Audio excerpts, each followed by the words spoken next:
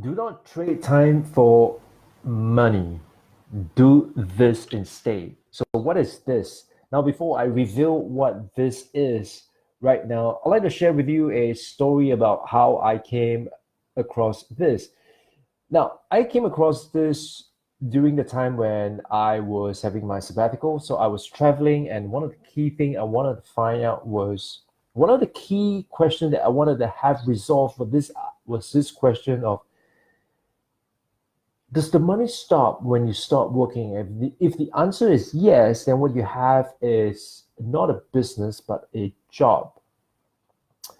And so when I found that out, I realized that what I actually have was not a business, but actually a job, because the moment I stopped working, the money stopped.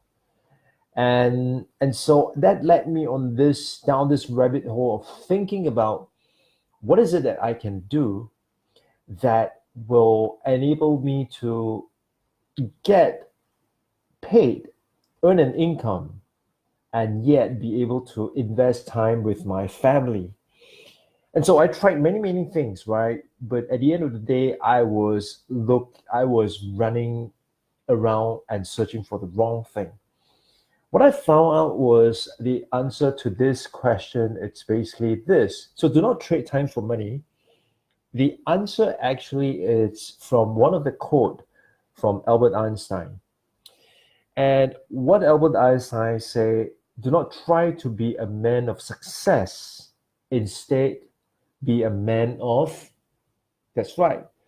So instead of thinking of trading time for money, that means you put in that amount of work, and then at the end of the day you get paid for that, right? So the only way to get well paid for that, it's either you charge a lot, or you put in lots of hours, both of which are not sustainable.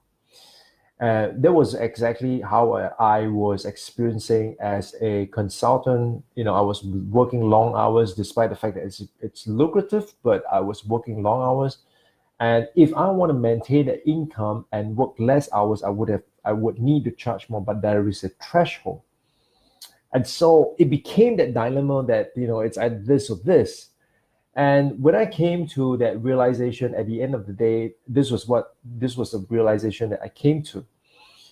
So a couple of weeks back, what happened was I ran a campaign for a client, and this client wanted to meet certain KPI in terms of the campaign we discussed, and this client wanted to meet certain KPI. Now, all it took for me to prepare the campaign was about 45 minutes to an hour, because I already knew what I wanted to write in terms of the ad copy.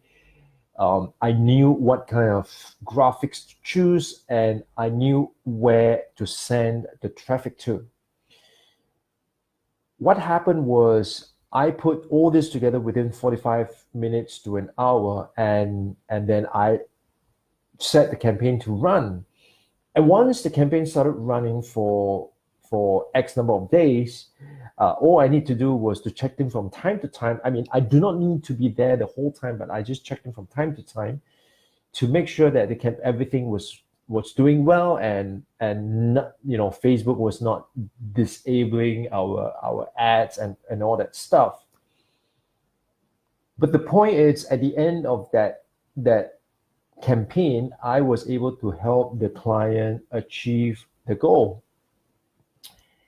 And so that led me to think I only expended an hour of my time putting the whole campaign together, and I was able to earn that amount of income by delivering that value. If I would think about earning that amount based on hourly rates, I would have to stand in front of a room full of people for at least 8 hours on end before I can earn that income.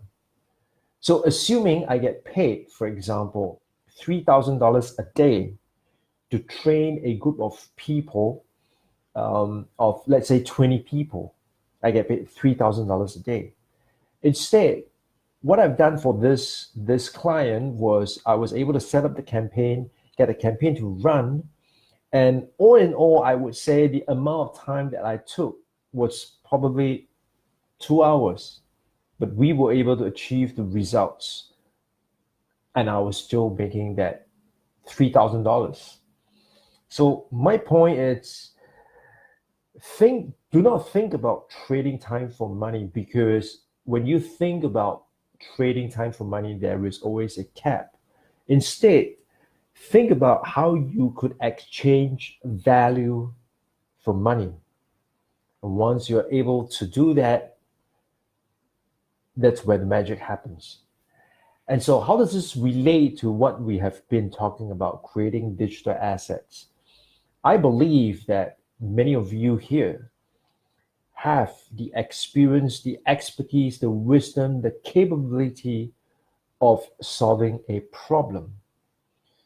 And however, many of you may not be thinking about it in terms of how can I take this knowledge, this know-how, this wisdom, and convert that into something that people could consume independent of you.